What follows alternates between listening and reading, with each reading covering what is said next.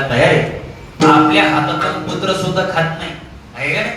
आपल्या डाव्या हातामध्ये भाकर असते, उजव्या हातामध्ये काठी असते, आपण मागं पितो इव इव इव इव आहे का नाही. जवळ आले की आपण मागची काठी समोर काढतो, त्याच्यात मोठा टाकतो आहे का नाही. आहे नाही असं हे महाराज, आपल्या हातून पुत्र सुद्धा खात नाही. नामदेवरायाच्या हातानं जगाच्या मार्गाने समर्पित केला, खाल्ला. इतका चमत्कार, इतका अधिकार श्री संत शिरोमणी नामदेव महाराजांचा आहे. नामदेव महाराज पुढे पुढे त्या ठिकाणी मोठे होऊ लागले. लग्न झालं नामदेव महाराजांचं, आणि मग लग्न झाल्याच्या नंतर माणसावरती काही जबाबदारी असते बघा. लग्नाच्या आधी माणूस जरा थोडस कसं इकडं तिकडे फिरला काय, इकडे गेला काय, तिकडे गेला काय, मग काय टेन्शन नसतं. आणि लग्न झाले की मग घरून हॅलो गावा यायला लागले हे असं असतं. महाराज बंधनात पडतो माणूस. आणि म्हणतात की लग्न झाले की माणसाच्या पाठीमाग आणा लागतो, आणा हे आणा ती आणा. तुमचं झाले का? झाले. हा, त्याच्यामुळं इकडे तिकडे हे नाव लागते. हा, आणा पाठीमाग लागतो. नामदेव महाराजांचं लग्न झालं, आणा पाठीमाग लागल्यामुळं काहीतरी व्यवसाय करायचा. प्रत्येकाचा व्यवसाय हा वाटून दिलेला भगवान परमात्माने, आणि प्रत्येकाने हा व्यवसाय केलाच पाहिजे. आपला प्रत्येकाचा धंदा आहे, व्यवसाय आहे, व्यवसाय हा केलाच पाहिजे. नामदेव महाराजांचा व्यवसाय शिंपी हा व्यवसाय. दामाजी पंताने सांगितले, बघ नामा, मी बाहेर गावी चाललोय. आज जो काय कपड्यांचा व्यवसाय आहे, जो काय कपड्यांचा धंदा आहे, तो धंदा तुला आजचे दिवस करायचा आहे. बाबा काय धंदा करायचा, काय व्यवसाय करायचा? हे बघ, हे जे काय कपडे मी शिवले, ते कपडे बाजारामध्ये न्यायचे आणि बाजारामध्ये विकायचे. म्हटले काय हरकत नाही, नेतो, विकतो आणि पैसे घेऊन येतो. नामदेव महाराजांनी कपडे सगळे घेतले, गठुडं बांधलं आणि बाजारामध्ये घेऊन गेले. पण विशेषत्वाने आपण जर बाजारामध्ये गेलो तर लक्षपूर्वक आपण कपडे विकू आणि पैसे बरोबर आणू. मी तर म्हणतो बरोबर नाही, जास्त आणल्याशिवाय राहणार नाही असं आपलं आहे का नाही. पण नामदेव महाराजांनी कपडे बाजारामध्ये नेले आणि भगवान परमात्म्याचं नामचिंतन सुरू केलं. देवाचं नामचिंतन सुरू केलं. विठ्ठल विठ्ठल विठ्ठल विठ्ठल विठ्ठल. भगवान परमात्म्याच्या नामचिंतनामध्ये दंग झाले. लोक यायला काय तयार नाही. कोणी कपडे खरेदी करीन म्हणजे रोज दामाजी शेठ येत आहेत आणि कपडे विकतायत. आज त्यांचा मुलगा आला आणि देवाचं नामचिंतन करतोय. पागल झालाय म्हटले तो पागल, वेडा झालाय म्हटले तो वेडा, हा नामा वेडा झालाय वेडा. जिकडं तिकडं चर्चा झाली. महाराज फार दिवस मावळला. संध्याकाळचे 6 वाजले आणि नामदेव महाराज त्या ठिकाणी जागेवरती आले. अरे, आपल्या वडिलांनी सांगितलं होतं की सगळे कपडे विकून ये, आणि आपल्याकडचा एकही कपडा विकला नाही. घरी गेल्याच्या नंतर दुसऱ्या दिवशी जर माझे जर वडील आले तर मला बोलल्याशी राहणार नाही. मग नेमकं करायचं काय? उदरनिर्वाह करता काहीतरी केलं पाहिजे. हे कपडे विकायला सांगितलेत ना. मग नामदेव महाराजांनी सगळं थोडं घेतलं, शेतामध्ये गेले आणि त्या शेतामध्ये दगड होते. दगड करतात का? धोंडे. दगड म्हणा, पूर्वी लोक त्याला धोंडे म्हणतात. बाबा आहे की नाही आपल्या काळामध्ये धोंडे. हा, दगड होते, असे धोंडे पडलेले होते. आणि एका दगडाला एक एक ड्रेस नामदेव महाराजांनी घालून टाकला. महाराज एका दगडावर हा असे बरेच दगड एकत्रित केले आणि सगळ्या दगडाला एक एक ड्रेस, असे 12 ते 15 ड्रेस त्या ठिकाणी त्या दगडाला घातले. आणि एक दगड छोटासा होता, त्या दगडाला सांगितले, हे बघ तुझ्या देखत या दगडाला मी ड्रेस घातले, यांना मी ड्रेस विकले. आता या ड्रेसाचे पैसे याला द्यावे लागतील, आणि याने जर नाही दिले तर तू मध्यस्थी माणूस आहे. नामदेव महाराज कोणाला म्हणायला लागले? हा, माणसाला दगडाला. तो बारका दगडा होता छोटासा, त्या दगडाला म्हणू लागले, हे बघ या सगळ्या दगडाला मी ड्रेस घातले, यांच्याकडून पैसे घ्यायचे तर, आणि याने जर नाही दिले तर मी तुझ्याकडून वसूल करून घेईन. आणि त्याचं नाव ठेवलं धोंडीबा. काय? दगडाचं नाव ठेवलं धोंडीबा. धोंडा म्हणायचे ना, तर धोंडीबा नाव ठेवलं. सांगितलं, धोंडीबा याने जर पैसे नाही दिले तर मी तुझ्याकडून 100% घेईन बरं का. असं म्हणून नामदेव महाराज गेले घरी. दामाजी पंत आले, म्हणे नामदेवा अरे कपडे विकले का? म्हणले हो कपडे विकले बाबा. पैसे कुठे आहेत? म्हणे ते पैसे उद्या देणार आहेत, उद्या. आज सकाळी उठले, पूजा वगैरे झाली. दामाजी पंताची पूजा चालू होती. नामदेव महाराजांनी आवरलं आणि नामदेव महाराज निघाले. दामाजी पंतांनी प्रश्न केला, नामदेवा कुठं चाललास रे? म्हणजे बाबा काल ज्यांना कपडे विकलेत ना त्यांच्याकडून पैसे घेऊन येतो. ऐका बरं, चमत्कार सांगायला नामदेव महाराजांचा. काल ज्यांना कपडे विकलेत ना त्यांच्याकडून पैसे घेऊन येतो. नामदेव महाराज निघाले आणि त्या दगडापर्यंत गेले. तिथं गेल्याच्या नंतर त्यांना म्हटले की चला म्हणजे काढा कपड्याचे पैसे.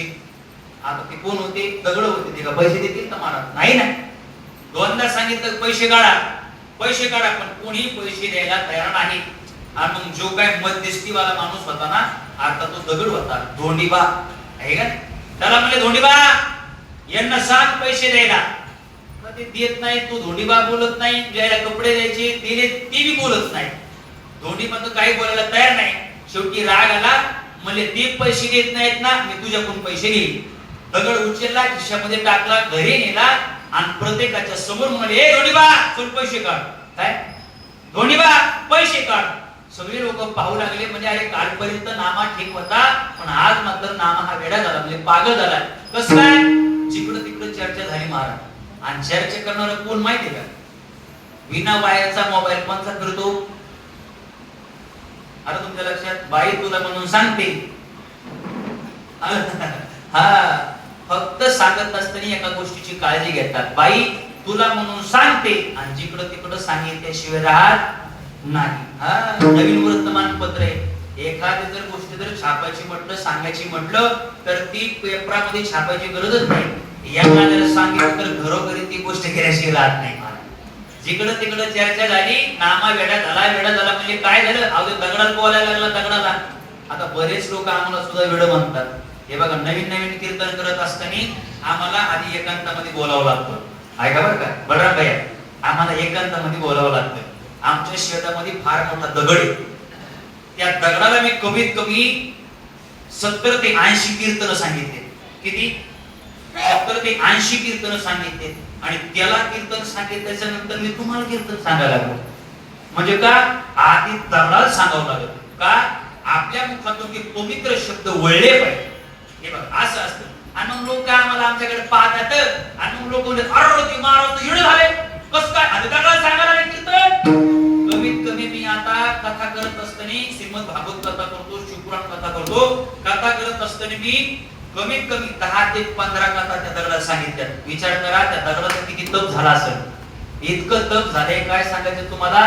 त्या दगडावर झोपल्या एका मिनिटाच्या झोप लागते एवढं तप झालं. हा लोक पागल म्हणतात महाराज. नामदेव महाराजांना लोक पागल म्हणायचे. नामदेव महाराजांनी तो दगड घेतला, देवालयामध्ये ठेवला, सांगितलं धोंडीबा पैसे काढ. पैसे पैसे काढ म्हटल्याबरोबर धोंडीबा काहीच बोलत नाही. दामाजी पंत आले, म्हटले अरे नामदेवा कुणाला बोलतोस? अरे जिकडं तिकडं चर्चे, तुला पागल पागल पागल पागल म्हणायला लागले. अरे काहीतरी कसं काय वेळेसारखं वागतोस? त्यांनी सांगितलं बाबा आम्ही कपडे दिले आणि हा धोंडीबा त्याचं सबूत आहे, मध्यस्थी हा धोंडीबा आहे. पैसे काढा म्हटल्याबरोबर काय सांगा महाराज, 5 मिनिटाच्या आत जो दगड होता ना धोंडीबा, तो दगड सोन्याचा झाला. सोन्याचा दगड सोन्याचा झाला. आणि नंतर ही गोष्ट जिकडं तिकडं पसरली. गावामध्ये गोष्ट पसरल्याबरोबर अरे नामदेव महाराज ज्या दगडाला बोलतात तो दगड सोन्याचा झाला. आता ही वार्ता गेली. ज्याच्या रानामध्ये जे दगड होते ना, त्याच्या रानातला तो दगड होता, ज्याचं रान होतं, ज्याची शेती होती, त्याच्या कानापर्यंत ही गोष्ट गेली. नामदेव महाराजांनी माझ्या रानातला दगड उचलून घरी घेऊन गेले. तो सोन्याचा दगड झाला. रान कोणाचे? शेती कोणाची? माझी. शेतात ते दगड कोणाचे? इथं माझे. मग दगड कोणाचा झाला? माझा. आता जातो आणि घेऊन येतो. मग हा मालक गेला महाराज. म्हणजे नामदेवा कोणाच्या रानातला दगड आणलाय? म्हणजे तुमच्या. रान कुणाचं? म्हणजे तुमचं. दगड कुणाचा? तुमचा. दे म्हणे मग माझा दगड. नामदेव महाराज म्हणजे दगड देतो खरे, पण त्याच्याकडे माझे पैसे. म्हणजे किती पैसे? 200 रुपये. तुझे पैसे 200 रुपये आहेत ना. लगेच 200 रुपये त्या मालकाने काढले, नामदेव महाराजांच्या हातावरती ठेवले. नामदेव महाराजांनी 200 रुपये घेतले, दामाजी पंतांना देऊन टाकले. म्हणजे हे घ्या तुमचा दगड. सोन्याचा दगड होता महाराज, हातावरती त्या मालकाच्या ठेवला. पहिला सोन्याचा होता, त्या मालकाच्या हातावरती जसा दगड ठेवला, सोन्याचा दगड पुन्हा दगडच झाला. अधिकारी माणसाच्या हातात आपण हात दिला पाहिजे, अनाधिकारी माणसाच्या हातात आपण हात दिला नाही पाहिजे. अधिकारी माणसाच्या हातात जर आपण जर हात दिला ना, तर आपल्या जीवनाचं सोनं होतं. आणि अनाधिकारी माणसाच्या हातात जर आपण जर हात दिला ना, तर आपल्या जीवनाचं पार लगी माती मोल होऊन जातं महाराज. म्हणून प्रत्येकाने विचार केला पाहिजे, आपल्या लेकराचा हात कुणाच्या हातामध्ये द्यायचा आहे. आपल्या लेकराचा हात आपण चांगल्या वारकऱ्याच्या हातामध्ये दिला पाहिजे. लेकरांना आपण विचारलं पाहिजे, बाळा तू कुठं चाललास? तो जर लेकरू जर म्हटलं ना, आई रंगाळीला मोहन महाराजांचं कीर्तन आहे, ते कीर्तन ऐकण्यासाठी मी चाललोय, तर आईने त्याला परवानगी दिली पाहिजे. आणि लेकराला जर विचारलं, बाळा तू कुठं चाललास? त्या लेकरानं सांगितलं, आई अरे आमचे मित्र सगळेजण एकत्रित आले आणि माझ्या मित्राचा वाढदिवस आहे, वाढदिवस, आणि त्याची पार्टी करण्यासाठी मी चाललोय. तर त्यावेळेस आईने जाऊ द्यायचं नाही. हे संस्कार आहेत महाराज घरात. बघा, नामदेव महाराजांच्या हातामध्ये जोपर्यंत दगड होता, तो दगड होता सोन्याचा. नंतर त्या मालकाच्या हातावर जसा ठेवला, तो परत सोन्याचा दगड झाला. नंतर डोक्याला हात लावून म्हटलं, अरे माझे 200 रुपये बी गेले आणि सगळंच गेलं. हा चमत्कार संत शिरोमणी नामदेव महाराजांचा.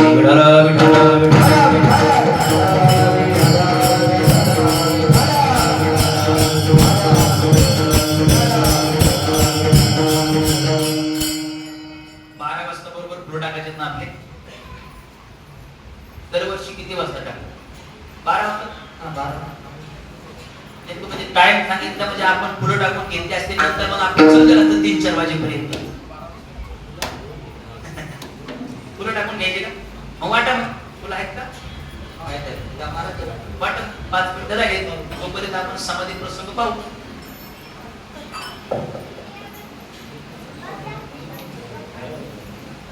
आता ऐका, नामदेव महाराजांनी समाधी कशी घेतली. आता हे कीर्तन करत असताना इकडे जायचं, थोडस इकडे जायचं, थोडस इकडे जायचं, असं होतं बरं बरं का बाजीराव म्हणून.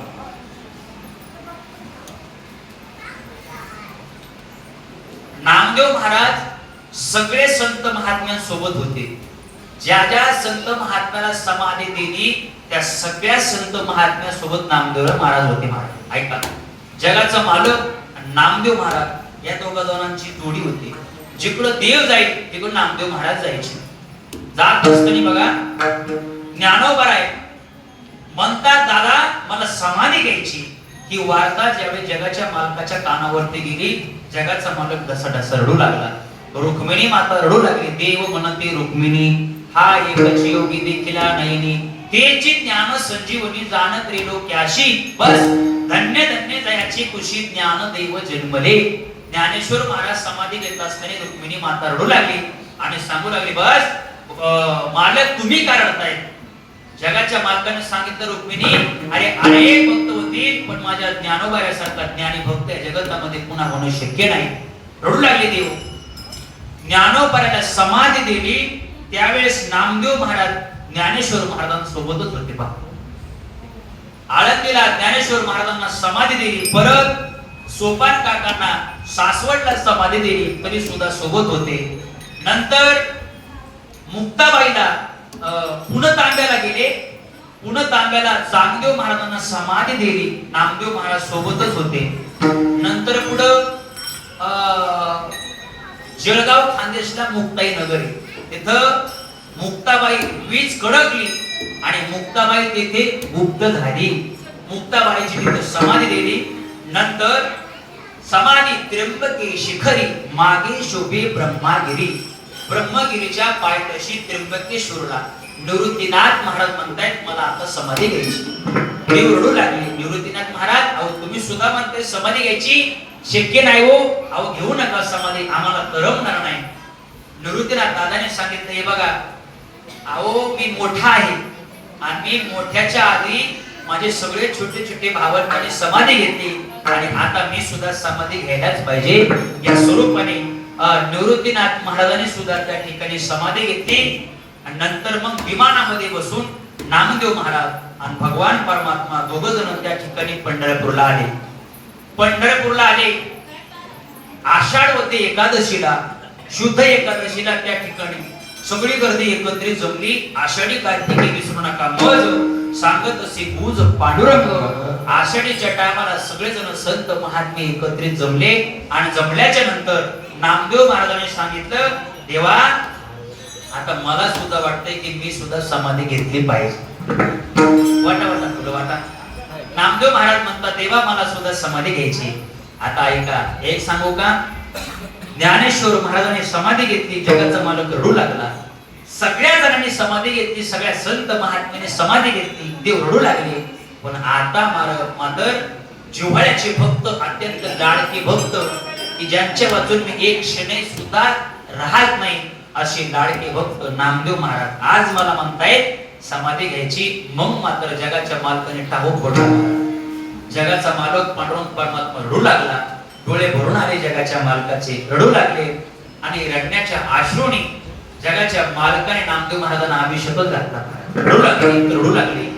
आणि पांडुरंग परमात्म्याने सांगितलं, नामा अरे तू जर समाधी घेतली तर मी नेमकं कुणाकडे पाहून जीवन जगायचं, कुणाकडे पाहून मी हसत खेळत जीवन जगायचं. अरे तू आहेस म्हणून मी तुझ्या सोबत त्या ठिकाणी राहतो, आनंद घेतो जीवनाचा. अरे ज्ञानोबाला गेले, सगळे संत महात्म्याने समाधी घेतली आणि आता तू सुद्धा म्हणतोय समाधी घ्यायची. शक्य नाही रे नामदेवा. अरे घेऊ नकोस. नामदेवाने सांगितले, बघा देवा तुम्ही किती जरी विनंती केली तर मी आता समाधी घेतल्याशिवाय राहणार नाही. भगवंत रडू लागले. भगवंताने सांगितलं, नामा अरे तुला मी माझ्या सोबत स्वर्गाला घेऊन जातो, स्वर्गाला. वैकुंठासी आमा नको धाडू हारी.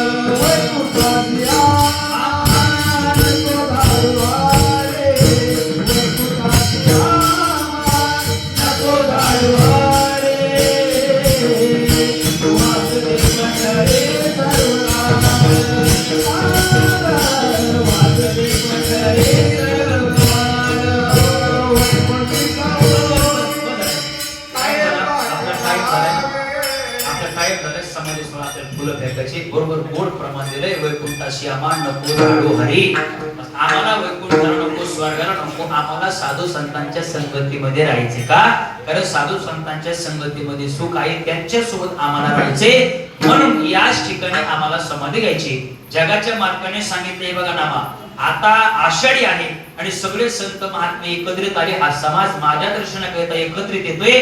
माझं दर्शन घेणार का तुझ्या समाधीचं दर्शन घेणार? मग एक काम कर, काय आता समाधी घेऊ नको. मग दुसरी जी एकादश आहे पुढची येणारी परत वारीची जी एकादश आहे त्रयोदशीला तू काय कर, समाधी घे. माझ्या हाताने तुला मी समाधी देतो. त्रयोदशीचा दिवस उजडला. सगळे संत महात्मे एकत्रित आले आणि भगवान परमात्मा समोर आला. सगळेजण घरातले 14 माणसे एकत्रित आले आणि नामदेव महाराजांना त्या ठिकाणी स्नान घातलं, गंगाजल आणलं, नामदेव महाराजांना स्नान घातलं. आणि त्यावेळेस नामदेव रायाने जगाच्या मालकाकडे पाहता पाहता समाधी घेतली. आता एक अभंग घेऊ, नंतर पुढे हरी वतन आमची मिराशी पंढरी, विठोबाची घरी नांद लोक,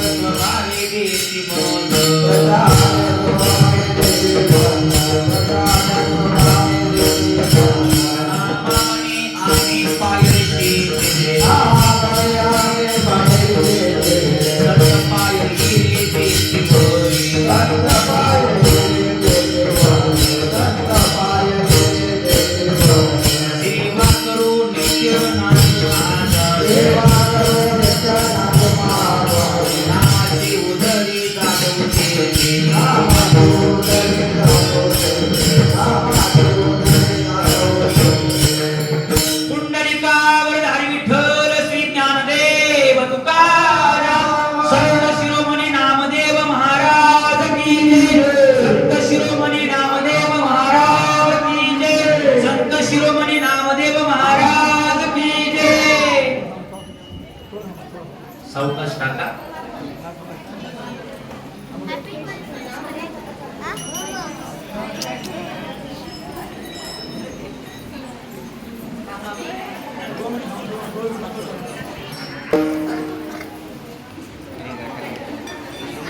बस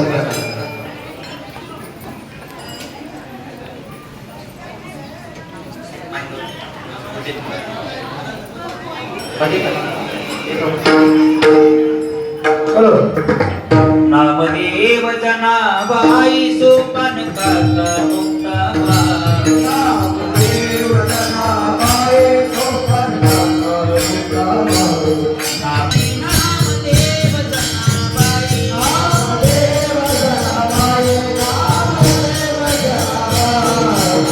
जनाबाई सोपान काका मुक्ताबाई नामदेव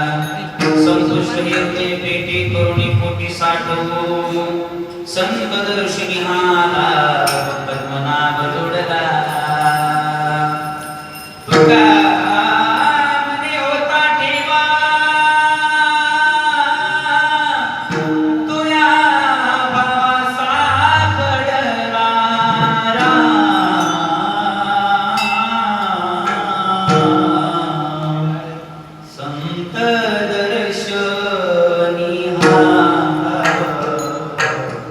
पद्मनाभ जोडला जोडला जोडला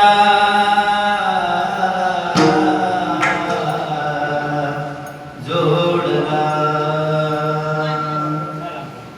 समचरण सरोजम सांद्रणीला पाणी तरुण तुलसी माला कंदरं कंजनेत्रं सुवेदवरहासं विठ्ठलं चिन्तयामि पडुरंगातो प्रथमनमन वसई जन्म संताची आत्यांच कृपादाने कविता विस्तारो बाबाजी सद्गुरुदास का कलावज्ञ जीवधरा सागतार कलांकांकते ज्योतिका मोतिवक्त्रं कलानीश माता वंदा दक्षं समाधिस्तु स्मृतिं भजे ज्ञानदेवं यवं तत्प्रवेश मम वाचि मां प्रसुतां संजीवयति शक्तिधर स्वधाम्ना अन्यांश्च हस्तचरण श्रवण प्रगादित्राणां भगवते पुरुषाय तुभ्यं यं प्रवर्जन्तमपेतमपेत कृत्यं द्वैपायनो विरह कार्कद आजुभाव पुत्रेति तन्मया तरोभिनिदोष तं सर्वभूतहृदयं मुनिमानतोऽस्मि मनोजवमारुत तुल्यदेकं जितेन्द्रियं बुद्धिमतां वरिष्ठं वातात्मजमानरायुक्तमुक्तिं श्रीरामदूतं शरणं प्रपद्ये अष्टसिद्धिनवनिधि दाता असवर दीन जानकी माता राम रसायन तुम्हारे पासा सदा रहो रघुपत की दासा राम लक्ष्मण जानकी जय बोलो हनुमान की नागेंद्र हराय त्रिलोचनाय भस्मांगरागाय महेश्वराय नित्याय सिद्धाय दिगंबराय तस्मै नकाराय नमः शिवाय शरदिन्दु समाकाय परब्रह्म स्वरूपी निवासरापी गुरुदेव सरस्वती नमोस्तुते धन्य धन्य नामदेवा काय महिमा वर्णावा शिव अवतार धरुण धन्य धन्य नामदेवा काय महिमा वर्णावा मंत्र सांगितला सोपा निवारिले भवतापा हरी सेवे लागी सेवक झालो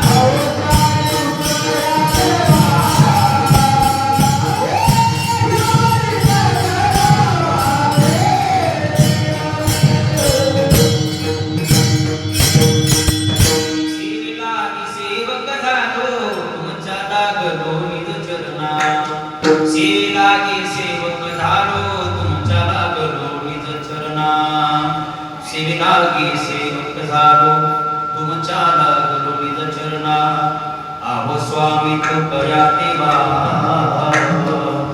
यावरी न करावा हे मस्तक हे पायावरी या वारकरी संताच्या उदगदे भाग्य आता अवघी चिंता वारली संत दर्शनी हाला पद्मनाभ जोडला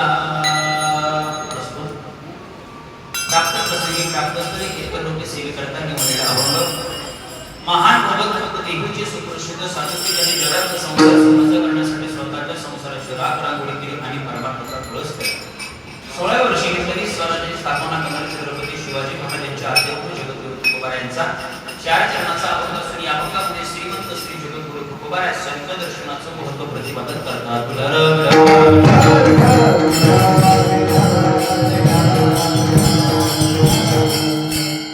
जसं आपल्या नामदेव महाराजांचं दर्शन होणार आहे, आपल्याला या ठिकाणी नामदेव महाराजांचा समाधी सोहळा साजरा करायचा आहे. नामदेव महाराजांचं दर्शन घेतल्याच्या नंतर आपल्या जीवनामध्ये काय परिवर्तन होणार आहे, संत दर्शनाचं महत्व जगद्गुरु तुकोबाच्या अभंगातून प्रतिपादन करतात. महाराज म्हणतात संतांचं दर्शन झाल्याच्या नंतर काय होतं.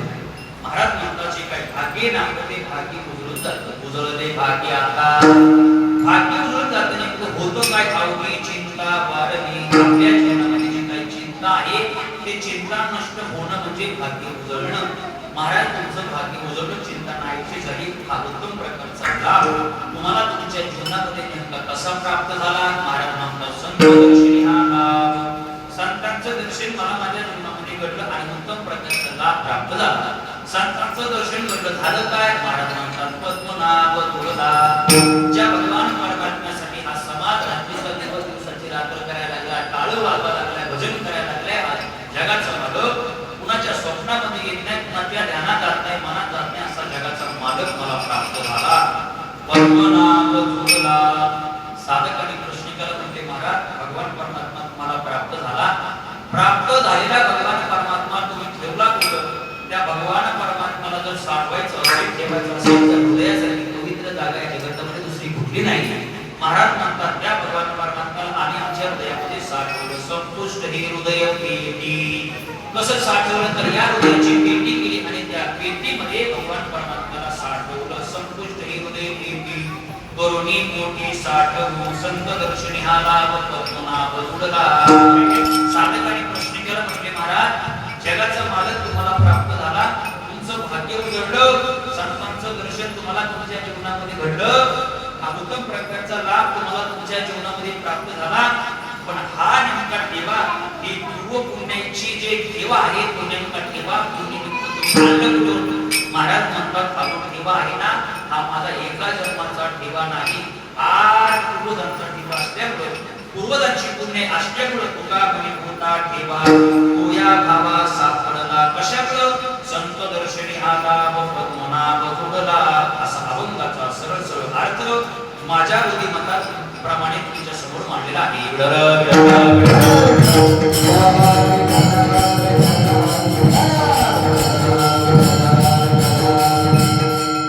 कीर्तनाला सुरुवात करण्यापूर्वी अल्पसार ह्या परिचय देणे गरजेचं आहे. वक्त्याचं कर्तव्य नाही. रात्री सुद्धा परिचय दिलाच होता, परिहार दिलाच होता, तरी सुद्धा वक्त्याचं सांगणं आपले कर्तव्य नाही. भगवान परमात्म्याच्या कृपा आशीर्वादाने साधू संतांच्या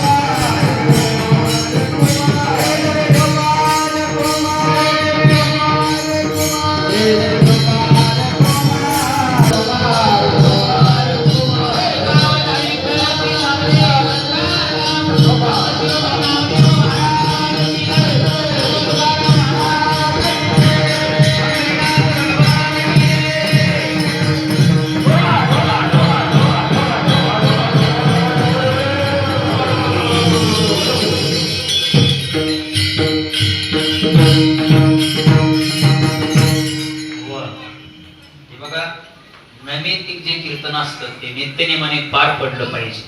नित्यनेमाने जर ते कीर्तन पार नाही पडलं तर त्याचा दोष कीर्तन करायला लागत असतो. बरं, कीर्तन करणे या गोष्टीचं अत्यंत महत्वाचं त्या ठिकाणी लक्षात ठेवलं पाहिजे.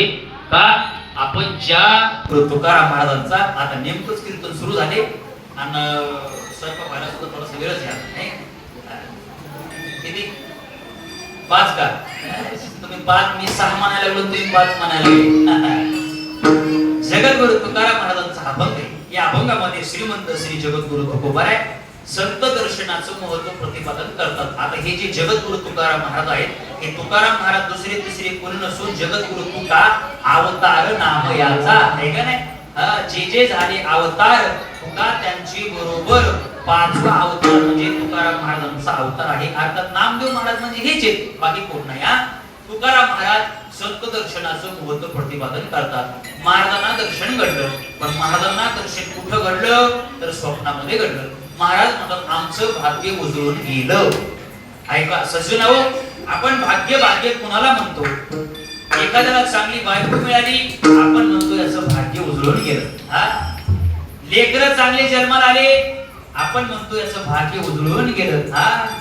भरपूर श्रीमंत आहे आपण म्हणतो याचं भाग्य उजळून गेलं. पण तुकाराम महाराज म्हणतात भाग्य तरी नो हे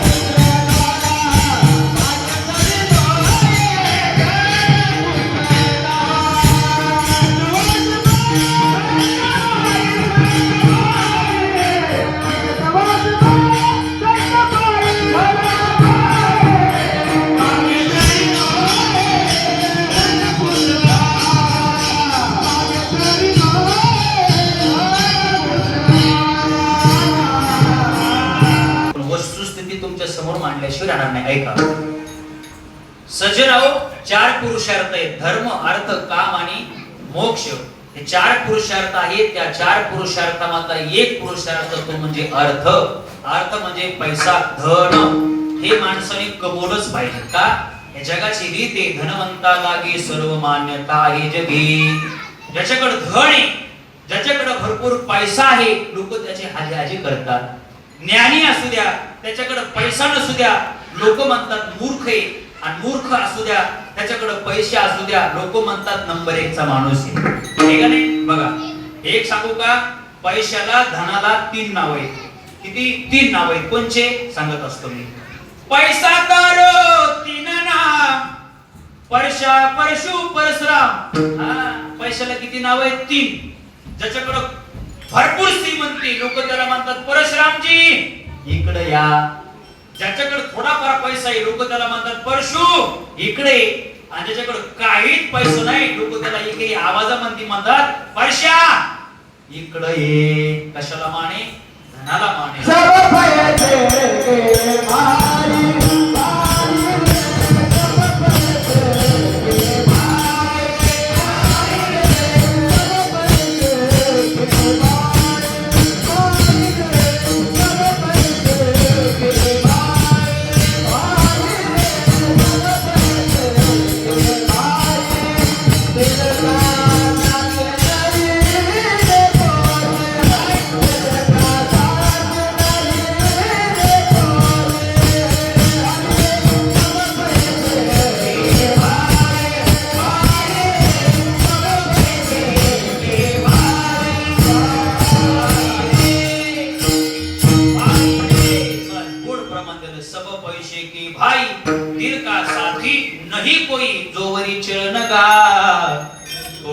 म्हणती माझा मानिती लहान थोर देह सुखाची काजा. अरे जोवरी चाले मोठा धंदा. ऐका बरं लक्ष देऊन, लहान लहान लेकरांना फोटो झाला बापा. जोवरी चाले मोठा धंदा, तोवर बहीण म्हणे दादा दादा दादा दादा दादा दादा. कुठपर्यंत? जोपर्यंत भाऊ बहिणीची दिवाळी साजरी करतो तोपर्यंत दादा दादा. एखादी दिवाळी चुकू द्या आणि मग त्या बहिणीला विचारू द्या, का ग तुझा भाऊ तुला दिवाळीला नेण्यासाठी नाही आला? ती म्हणती मेल्याचं सगळं जळून राख झालं. तेव्हा एक दिवाळी जर चुकली तर मेल्याचं सगळं जळून राख झालं. मान कशाला आहे? धनाला आहे. आणि जोपर्यंत आपल्याकडे पैसा आहे, लोक तोपर्यंत हा समाज आपल्याला जवळ करी यातनं म्हण नाही, हा समाज आपल्याला चांगलं म्हणे यातनं म्हण नाही, घरचे सुद्धा चांगले म्हणतात. आपल्या घरातले आपल्याकडचे खिशातले जर पैसे संपले तर लोक लांब जातील यातनं म्हण नाही, घरचे सुद्धा लांब जातात. बरं का? ऐका, या कोरोनाच्या काळामध्ये बऱ्याच माणसाचे धंदे बंद पडले होते. माणसं मोलाची किंमत देत नव्हती. महाराज माणसाला देत होते का? कोणी किंमत द्यायला तयार नव्हतं. अरे सगळा मान पैशाला आहे. हे बघा, जोपर्यंत झाडाला पाणी आहे तोपर्यंत पान, फुलं, फळं त्या झाडाला चिटकून येत. एकदा का त्या झाडाचं पाणी बंद केलं रे केलं, पाणी लांब गेलं रे गेले की त्या झाडाचे पानं, फुलं, फळं सगळे गळून आपोआप पडतात. जोपर्यंत माणसाच्या खिशामध्ये पैसा आहे तोपर्यंत सगळे लोक आपलं आपलं म्हणतात. आपल्या खिशातले पैसे कमी झाले की आपले सुद्धा परकी म्हणल्याशिवाय राहत. एखाद्याचा सोयरा असू द्या आणि श्रीमंत सोयरा असू द्या, लांबचा सोयरा असू द्या, लोक म्हणतात हा माझ्या जवळचा सोयरा आहे. हा, आणि गरीब असू द्या आणि जवळचा सोयरा असू द्या, त्याला जर म्हटलं ना हा कोण आहे, ते म्हणत आमचं कोणीच नाही. महाराज का? जवळचा असू द्या, त्याच्याकडे जर पैसा जर नसला तर लोक स्वीकारायला सुद्धा तयार नाही.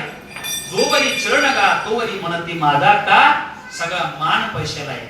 सज्जनाओ, धन हे माणसाने आवश्यक कमवलं पाहिजे, पण ऐका, पण ते धन जर आपण या वारकरी संप्रदायामध्ये अशा या सत्कार्याला जर आपण जर दान धर्म नाही केला, अन्नदान जर नाही केलं तर ते कमवलेलं धन हे वाया जातं. महाराज सज्जनाओ, आपण धन कसं कमावं? जोडून या धन उत्तम व्यवहारे उदास विचारे वेच करी. धन हे अवश्य कमवा, पण चांगल्या गोष्टीला खर्च करा. आपल्या जर सप्ताह करायचं म्हटलं ना, सप्ताह करत असताना आपण जर लोकांच्या घरी गेलो ना, 200 रुपयाच्या देणगीसाठी लोक 4 ते 5 वेळेस आपल्याला चक्रा घालावं लागतात. नंतर लोक खिशामध्ये हात घालणार, 200 रुपयाची नोट देणार आपल्या वाटेला आणि 7 दिवस तिथं जेवायला येणार. खा, किती खायचं ते का? ऐकणे लोकांचा हा प्रकार. हा, धन किती कमवा महाराज, पण धन तुम्हाला काळाच्या जबड्यातून सोडवणार नाही. काय कमी होतं? राजा रावणाकडं कोटी घरे येते, काशी आणि तांब्याची शुद्ध कांचनाची सप्तकोटी, पायाच्या नखापासून डोक्याच्या केसापर्यंत सगळं काही सोन्याचं होतं. पण तुका म्हणे ज्याची संपदा एवढी सांगाती कवडी गेली नाही, मरता वेळेस एक कवडी सुद्धा सोबत नेता आली नाही. महाराज काय कमी होतं? सिकंदर राजाकडं सगळं काय होतं, पण त्या सिकंदर राजाने सांगितलं, प्रधानजी ज्यावेळेस मी मरेन ना, माझी अंत्ययात्रा गावातून काढा आणि माझे हात असे मोकळे ठेवा. प्रधानजींनी प्रश्न केला, मालक असं का करायचं? त्यावेळेस सिकंदर राजाने सांगितले की मला या जगाला एक उपदेश द्यायचा आहे. काय उपदेश? खाली हात आएगा, खाली हात जाएगा. मोकळ्या हाताने यायचे आणि मोकळ्या हाताने जायचे, हा संदेश मला या जगाला द्यायचा आहे. सज्जनो, किती पैसा कमवा, पैसा काळाच्या जबड्यातून तुम्हाला सोडवणार नाही. त्या पैशाचा योग्य वापर करा, असे कार्यक्रम करा, अन्नदान करा, दान धर्म करा. तुकडोजी महाराज म्हणतात,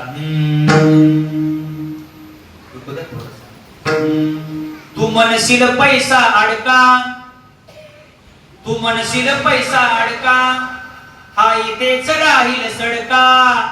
मेल्यावरती आपल्या बरोबर मातीचा एक मडका. म्हणून घे घे घे हरिनाम घे, माया सारी सोडून दे, हात लावूनी नशिबाला कारडतोस ठाई ठाई. या संसारा पायी, या संसारा पायी. आणि किती जरी कमवलं तरी शेवटी काळाच्या जबड्यातून हाच आपल्याला पैसा सोडणार नाही. म्हणून तर महाराज म्हणतात, भाग्य तरी नो हे धन, भाग्य तरी नो हे पुत्र. बरेच माणसं म्हणतात आमची पत्नी लय चांगली. अरे किती चांगली पत्नी असू द्या, बायको कुठपर्यंत प्रेम करते? जोपर्यंत आपल्या अंगामध्ये ताकद आहे, जोपर्यंत आपण पैसा घरी आणतो तोपर्यंत ही वस्तुस्थिती. बरं नाही तर तुम्ही माणसाला आमच्या बाजून पूर्ण झालं, याच्या बाजून बोलायला लागला, तसं काय नाही.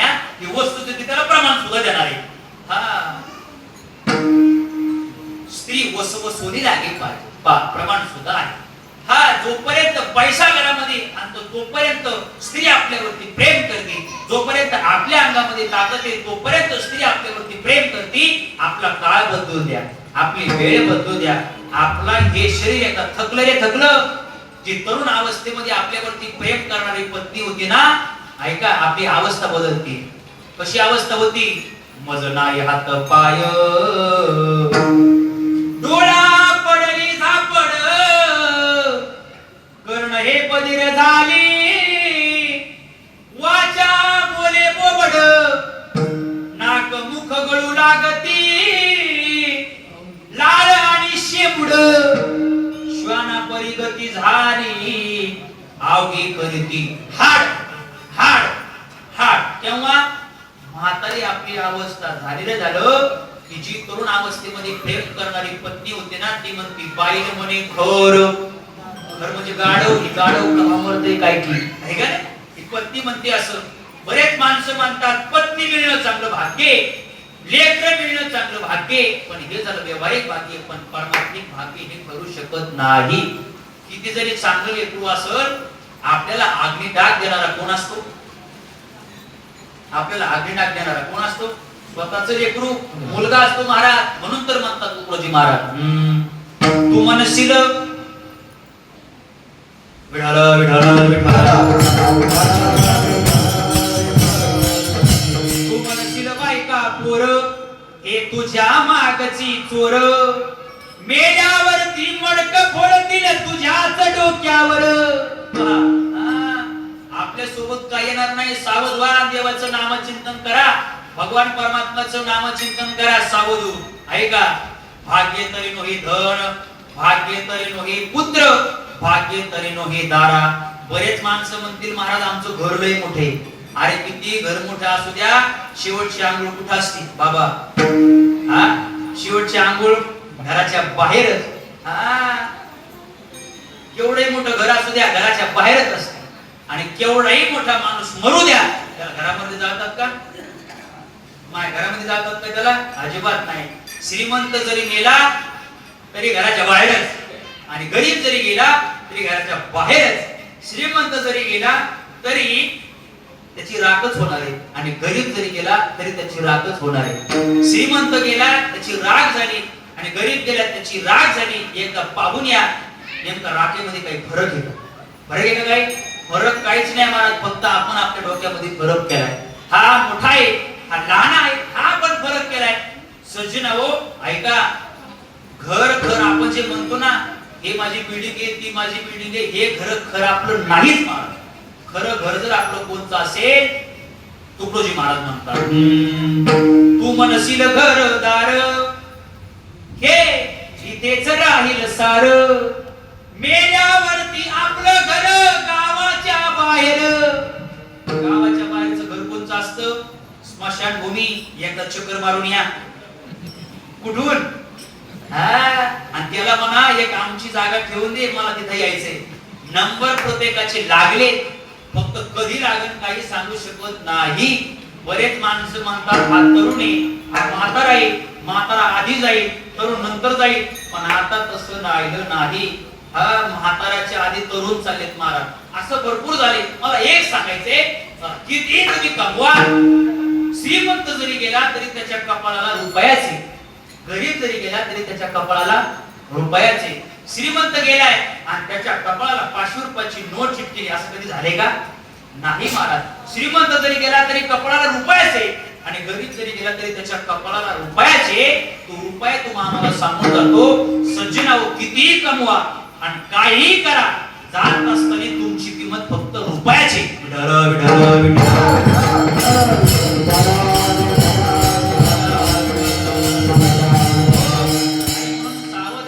संपत्तीसाठी आपण भावासोबत वैर करतोय महाराज, त्याचा द्वेष करतो, ती संपत्ती आपल्या सोबत येणार नाही.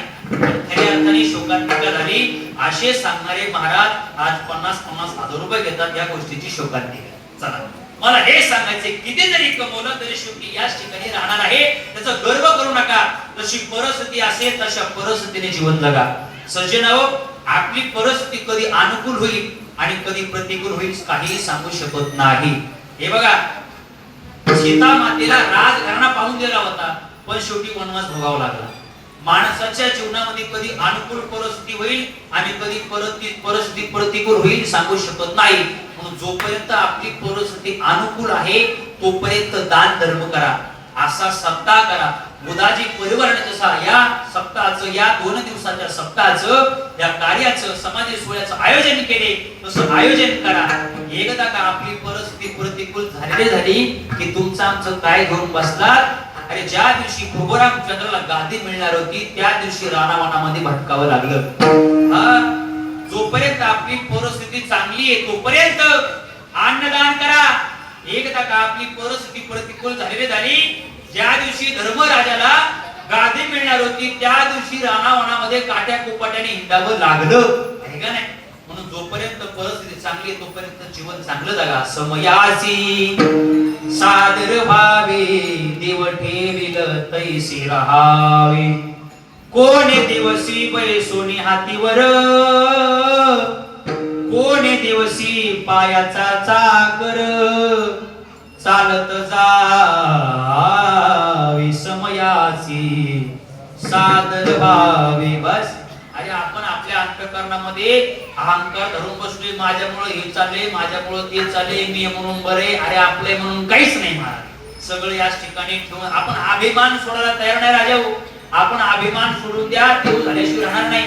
म्हणून एक वाक्य सांगत असतो, मातीने स्वतःचा मीपणा सोडलाय त्याचं मडक्यात रूपांतर झाले, बियाणे स्वतःचा मीपणा सोडलाय त्याचं कुठं वृक्षात रूपांतर झाले, कापसाने स्वतःचा मीपणा सोडला त्याचं कापडात रूपांतर झाले, तसं माणसाने स्वतःचा मीपणा सोडला तर देवात रूपांतर व्हायला वेळ लागणार नाही. ही भूमिका आहे दादा. हे विचार आपण घेतला पाहिजे. जीवन जगत असताना शुद्ध अंतःकरणाने जीवन जगा. अरे काय करायचं आपल्याला, हा मोठा आहे तो मोठा आहे, याने असं केलं त्याने तसं केलं, करू द्या ना. अरे जो पुढं करत असेल त्याने काहीतरी चांगलं कार्य केलं असेल, महत्वाचं आहे. याचा द्वेष करू नका, त्याचा द्वेष करू नका, अहंकार धरू नका, सुंदर अशा पद्धतीने जीवन जगा. का? कारण किती जरी कमळ राजा हो या ठिकाणी ठेवून जायचं, ही गोष्ट कायम लक्षात राहू द्या. म्हणून घे घे घे हरिनाम घे, माया सारी सोडून दे, हात लावणी नशिबाला कारण तोस ठाई ठाई, या संसारा पायी, या संसारा पायी. भाग्य तरी नोहे धन, भाग्य तरी नोहे पुत्र, भाग्य तरी नोहे दारा, निकट वास बरा संतापायी. मग महाराज भाग्य भाग्य नेमकं म्हणजे काय? महाराज म्हणतात जे माझं भाग्य उजळलं नेमकं कशाने उजळलं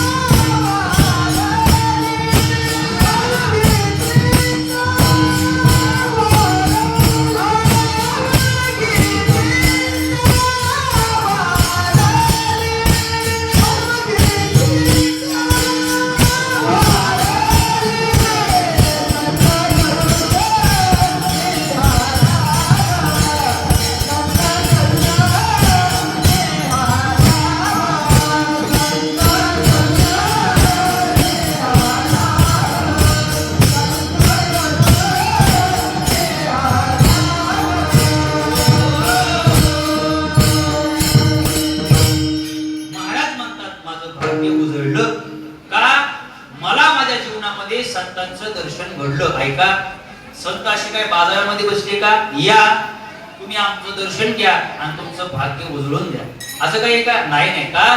बहु अवघड आहे संत भेटे, चंद्रामृत सुखे शिव विल, आस्था जाता रवी धरविल, पायला सागर तरविल, परे त्या साधूची भेटी न होई गा, ऐसे कैसे याने भेट किती साधू, ज्यांच्या दर्शनी तुटे बंधू. अहो संत महात्म्याची भेट अत्यंत दुर्लभ आहे. चंद्रामध्ये अमृत प्राशन करणं दुर्लभ आहे बघा, पण तरी सुद्धा ते सुद्धा सुखाने सेवन करता येईल. रवी असता जाता धरवेल, सूर्य अस्तवेला जात असताना थांबवणं दुर्लभ आहे. त्याच्या पुढचं सांगू का, सूर्य पकडणं दुर्लभ आहे का नाही? संतोष महाराज, सूर्याला पकडणं हे अत्यंत दुर्लभ आहे, पण ते सुद्धा केले कोणी? कोणी? बजरंग बलीनी, हनुमंतराणी. म्हणून तर म्हणतात ना, अंजनीच्या सुता तुला रामाच वरदान, अंजनीच्या सुता तुला रामाच वरदान, एक मुखान बोला जय जय हनुमान, एक मुखान बोला जय जय हनुमान, एक मुखान बोला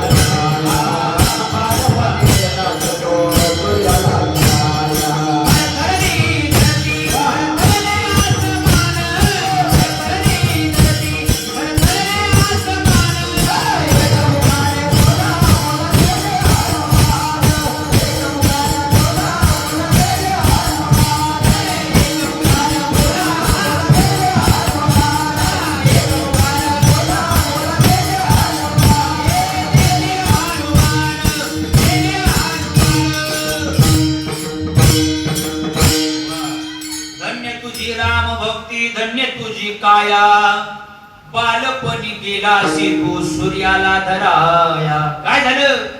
थरथरली धरती, ओ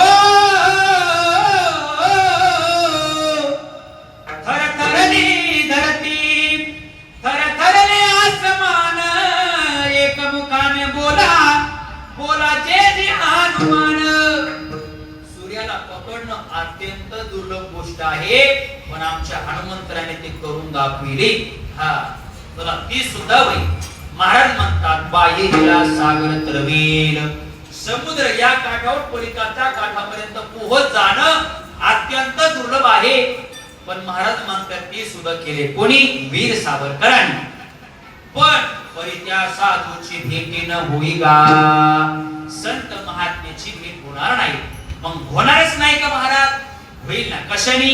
अर्थ काम चाड नाही चित्ता, माना मान मोह माया मित्रा, वरते समाधानी जाणून नेनता, साधू भेट देती तया आव चित्तारे, आयशी आयशी याने भेट देते साधू.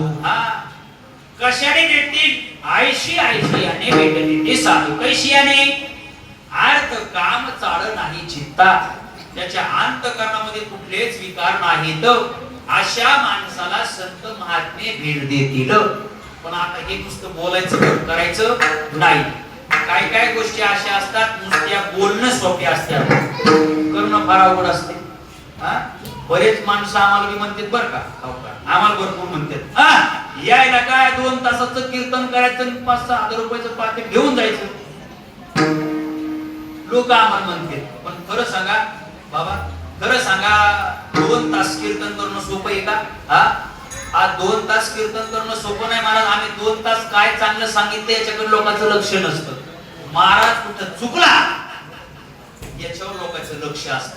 पा एखादा अपशब्द जाऊ द्या, जिकडे तिकडे ही चर्चा, येऊ महाराज असा बोलला होता, येऊ महाराज असा बोलला होता, त्याला परत आणू नका. अरे एखादा शब्द अपशब्द गेला असेल त्याच्या मुखातून, ते धरून बसायचंय का? अजिबात नाही. मग 2 तासाचं कीर्तन करणं सोपं नाही राजा. 2 मिनिटाचं भाषण आपल्याला जमत नाही. जमते का?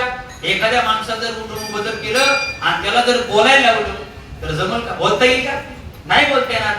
एका गावामध्ये माझं कीर्तन झालं. कीर्तन झाल्याच्या नंतर सूत्रसंचालन करणारा उठून उभा राहिला आणि तो म्हटला, आज आपल्या गावामध्ये मोहन महाराज सानप यांनी सुंदर अशा प्रकारची कीर्तन स्वरूपी सेवा केल्याबद्दल माझ्यातर्फे, माझ्या परिवारातर्फे, गावातर्फे मोहन महाराज सानप यांना भावपूर्ण श्रद्धांजली. धन्यवाद मानायचं होतं पण भावपूर्ण श्रद्धांजली म्हणतो का? 2 मिनिटाचं भाषण आपल्याला जमत नाही, 2 तासाचं कीर्तन करणं लय अवघड आहे महाराज. हा, काय काय गोष्टी बोलणं सोपे असतात, करणं फार अवघड असते. चला ज्ञानोबाच्या भाषेत सांगतो. माऊली म्हणतात, एक माणूस आजारी पडला, त्याला रोग झाला आणि तो वैद्याकडे गेला. मला वैद्य बाबा माझा प्राण वाचवा. आणि सगळ्यात जास्त माणसाचं प्रेम स्वतःच्या प्राणावरती असतं. प्राण सोडलं की माणसाचं कुणावरती प्रेम नसतं. वैद्य बाबा माझा प्राण वाचवा. म्हणले, तुला जर प्राण वाचवायचा असेल ना तर मी सांगतो ते करावं लागेल. काय? काही नाही, जिवंत सर्पाच्या फणीवरचा मणी काढून आणावं लागेल. काय? जिवंत सर्पाच्या फणीवरचा मणी काढून आणावं लागेल. नागमणी म्हणतात त्याला. तू आणावं लागेल. तो मला सोपं आहे का? सर्पाच्या फणीवरचा मणी नागमणी काढून आणण्याकरिता जे जाईल ते नाश्त्यावारी जाईल ना. हा, मांजरीच्या गळ्यामध्ये घंटी बांधायची, पण नेमकी बांधायची कोण? जे जाईल ते नाश्त्यावारी गेल्याशिवाय राहणार नाही. एकदा सगळ्या मुलांनी सभा भरवली आणि सगळ्यांनी सांगितलं की या मांजरीनं आपली बरीच भावकी मारली, आजपासून काहीतरी केलं पाहिजे. लगेच एक जण उठला, म्हणला, अध्यक्ष महोदय. लागेल का तुम्ही? हा, म्हणजे जी मांजर आपल्या भावकीला खाऊन घेते ना, त्या मांजरीच्या गळ्यामध्ये घंटी बांधा, घंटी बांधा, घंटी बांधा म्हणून सांगितलं. दुसरा उठला, म्हणला, एवढं सत्कार्य तुमच्याच हातून होऊ द्या. काय? अरे जे जाईल ते नाश्त्यावर जाईल ना राजा. सर्पाच्या फणीवरचा नागमणी आणायचा आहे, पण जो जाईल तो नाश्त्यावर गेल्याशिवाय राहणार नाही. म्हणे होणार नाही. बोलणं सोपं असतं, करणं फार अवघड असतं. मला हे सांगायचे. हा, तू मला हे अवघड आहे ना. दुसरं सांगतो तुला, जिवंत शिवाच्या नाकातला केस आणायचा. बलराम भैया, जिवंत शिवाच्या नाकातला केस आणायचा. तो जर केस आणला तर तुझा रोग जाईल. आता खरं सांगा, हे सोपं आहे का? इथं माणसाच्या नाकातला केस आणणं अवघड झालं. काय म्हणायचे तुम्हाला?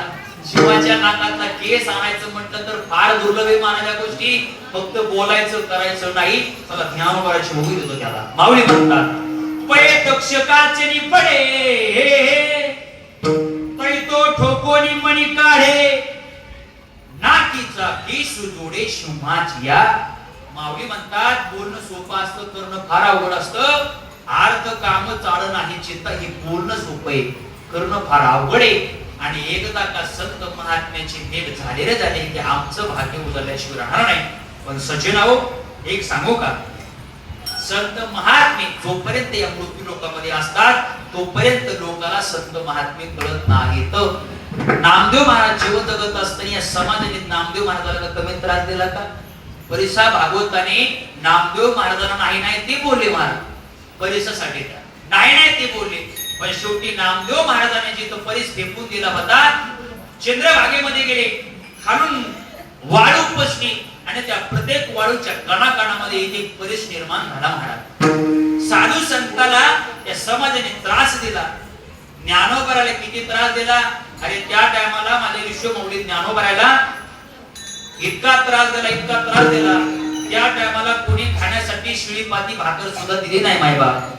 आणि आता जर माझ्या ज्ञानोबाला जर भूक लागली ना तर पाची पकवानाचा बेत घेताय, 56 प्रकारचा भोग घेताय, सोन्याच्या ताटामध्ये सगळे जण पदार्थ घेताय आणि ज्ञानोबराच्या मुखाला लावतायत. माऊली आमच्या हातून एकदा खा. खातील का माऊली? नाही ना. अरे त्या टायमाला माझ्या ज्ञानोबराला कोणी खाण्यासाठी भाकर दिली नाही. आता पाची पकवानाचा बेत घेतात, ज्ञानोबराच्या मुखाला लावतात, खा म्हणतायत. त्या टायमाला ज्ञानोबराला झोपण्यासाठी कोणी फाटक पोत सुद्धा दिलं नाही. हो, फाटक पोत सुद्धा दिलं नाही. आणि आता जर माझ्या ज्ञानोबाला जर झोपायचं असेल ना तर माऊलींना चांदीचा पलंग आहे, चांदीच्या पलंगावरती चांदीची गादी आहे, चांदीची उशी आहे. बघा त्या टायमाला ज्ञानोबाला समाजाला कळले नाही.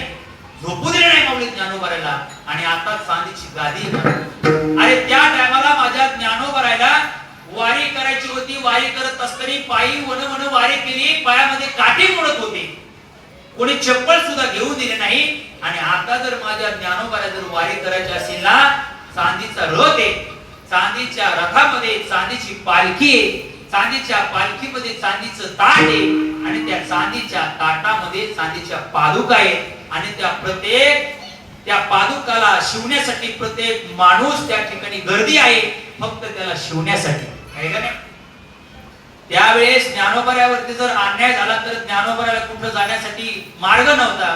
आणि आता जर वारकऱ्यावरती अन्याय झाला तर लोक ज्ञानोबाऱ्यापाशी जातात महाराज. त्या टायमाला माझे ज्ञानोबाऱ्या समाजाला कळले नाही. कोणी फाटकं वस्त्र सुद्धा ज्ञानोबाऱ्याला दिलं नाही हो. मधुकरी मागण्याकरिता आळंदीमध्ये जावं माझ्या ज्ञानोबाऱ्यांनी. मधुकरी मागावी, माता म्हणून बाहेर यावं, ज्ञानोबाऱ्याच्या चेहऱ्याकडे पाहावं आणि दरवाजा लावून घ्यावा. ज्ञानोबाऱ्या दुसऱ्या घरी जातात, मधुकरी म्हणतात दरवाजा लावून घ्यावा. तिसऱ्या घरी ज्ञानोबाऱ्या गेले, मधुकरी मागितली, माय मधुकरी द्या. ज्ञानोबाऱ्याने माऊलीच्या त्या माता माऊलीने ज्ञानोबाऱ्याच्या चेहऱ्याकडे पाहिलं. चेहरा उद्विग्न होता. त्या माता माऊलीने विचार केला, अरे आपल्या घरची पत्रावरची शिळेपाते तुकडे 4-5 दिवसाची पडलेले ते आपण फेकून न देता जर या संन्यासाच्या लेकरांना जर दिले तर कदाचित खऱ्या अर्थाने पुण्य लागेल. या भावाने 4-5 दिवसाचे शिळेपाते तुकडे, वाळे तुकडे झोळीमध्ये ज्ञानोबाऱ्याचे टाकले. ज्ञानोबाऱ्याला आनंद वाटला आणि ज्ञानोबाऱ्या झोपडीच्या दिशेने निघाली. जात असताना विसोबा चाटीने पाहिलं, अरे या संन्यासाच्या लेकरांना मी बजावून सांगितलं होतं आळंदीमध्ये प्रवेश करू नका, तरी सुद्धा हे संन्यासाचे लेकर आळंदीमध्ये येत आहेत. मधुकरी मागताय, राग आला. तळपाच्या मस्तकाला गेली, विसोबासाठी पडतच गेली, हाताची बाई मागत गेली आणि ज्ञानोबाऱ्याच्या खणखण कानाकडे दिली. ज्ञानोबाराय रडू लागले. ऐका बरं का, ज्ञानोबाराय रडू लागले, पण ज्ञानोबाऱ्याला राग आला नाही. ऐका बरं का, ज्ञानोबाऱ्याला माझ्या माऊलींना जर राग आला असता आणि तो जर राग जर अनावर झाला असता, त्या रागाच्या भरामध्ये जर विसोबा चाटेकडे जर पाहिलं असतं तर विसोबा चाटे त्या रागाच्या उद्देशाने जळून राग झाला असता मला. हे का नाही? ज्ञानोबाराय रडू लागले पण माऊलीला राग आला नाही. विसोबा चाटेने पाहिलं झोळीकडे, शिळेपाते तुकडे दिसतात, झोळीवरती लाद घातली, तुकडे खाली पडले आणि सांगितलं, संन्यासाच्या लेकरावर पुन्हा आळंदीमध्ये दिसता कामा नये. ज्ञानोबाराने सांगितलं, काका अहो माझ्याकरिता नाही चालत हो. ऐका ना, 5 वर्षाची चिमुकली मुक्ताई माझी बहीण भुकेने व्याकुळे, आज 10 दिवस झाले तिच्या पोटामध्ये भाकरीचा कण सुद्धा नाही हो. ती रडतीये, आई पिळे देते आणि मला म्हणते, दादा काहीतरी खाण्यासाठी घेऊन ये. माझा नाविला झालाय काका आणि आळंदीमध्ये भिक्षा मागण्याकरिता आलोय. एवढे शिळेपाते तुकडे माझ्या मुक्ताईला घरी घेऊन जाऊ द्या.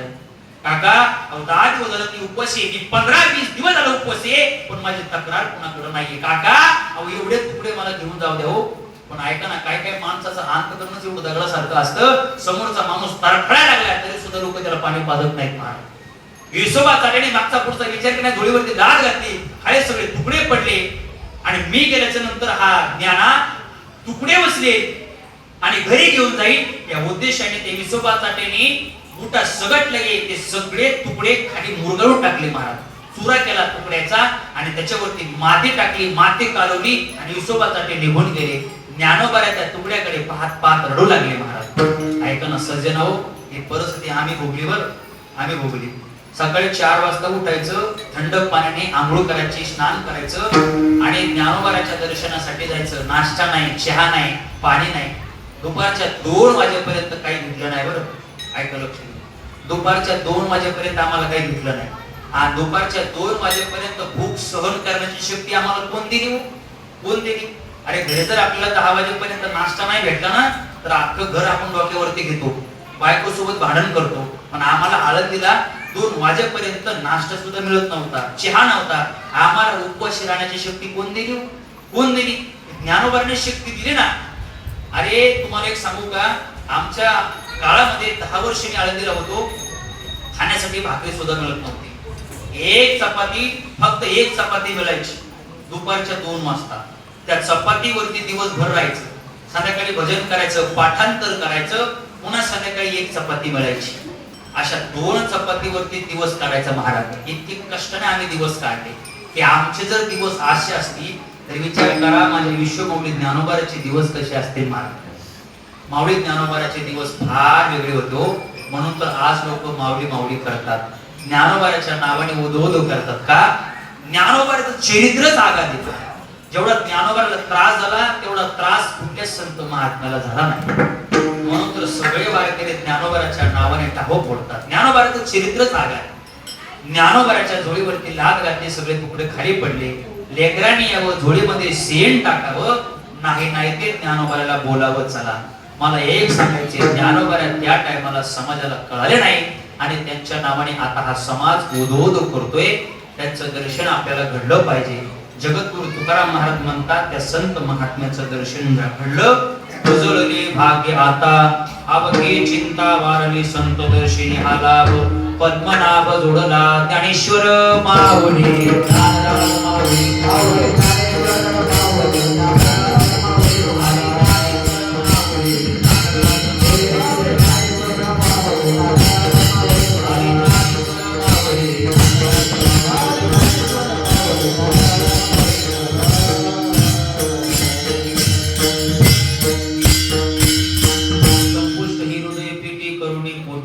तुका म्हणे होता ठेवा त्वया भावा, सापडला संत दर्शिनी हा लाभ, पद्मनाभ जोडला.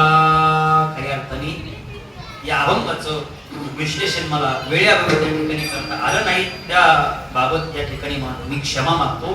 का? अभंग घेतल्याच्या नंतर तो अभंग तंतोतंत सोडवला पाहिजे, पण वेळ जर नसेल आणि किती जरी सांगण्याचा प्रयत्न केला तरी लोकांची भावना ऐकण्याची नसते. या स्वरूपाने जसं जबे जशी ज्ञानोबारांनी माझ्या गुरुजींनी मला बुद्धी दिली, संत शिरोमणी नामदेव महाराजांनी मला बुद्धी दिली, माझे गुरुवर्य शंकरजी महाराज पांचाळ गुरुजी, संत विष्णुदास नामदेव महाराज डोळे बाबा या गुरुवर्यांनी मला जशी बुद्धी दिली तसं या ठिकाणी मी तुमच्या समोर तोडतो बोलण्याचा प्रयत्न केला.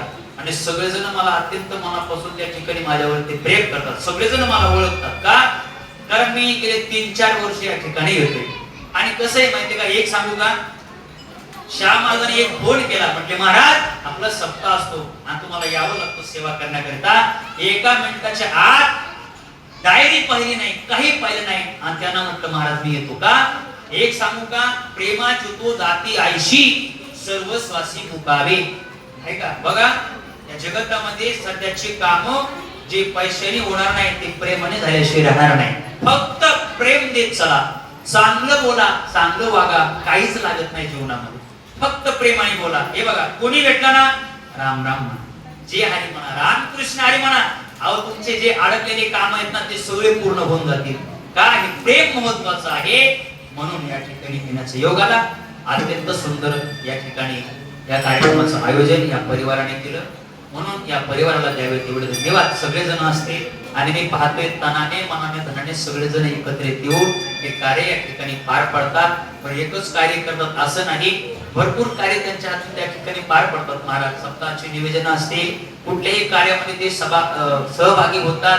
अन्नदान कुणाचं असेल, पंढरपूरची वारी असेल, आळंदीची वारी असेल, कुठलेही त्यांचं अन्नदान असतं, वारकऱ्याला मदत असते, असं भरपूर त्यांचं योगदान आहे.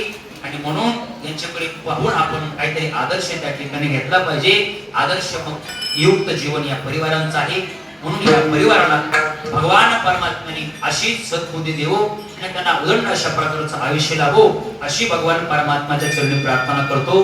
झालेली सेवा नामदेव महाराजांच्या चरणावरती सेवा समर्पित करतो, पांडुरंग परमात्म्याच्या चरणावरती सेवा समर्पित करतो आणि याच ठिकाणी सेवेला पूर्ण विराम. तुकाराम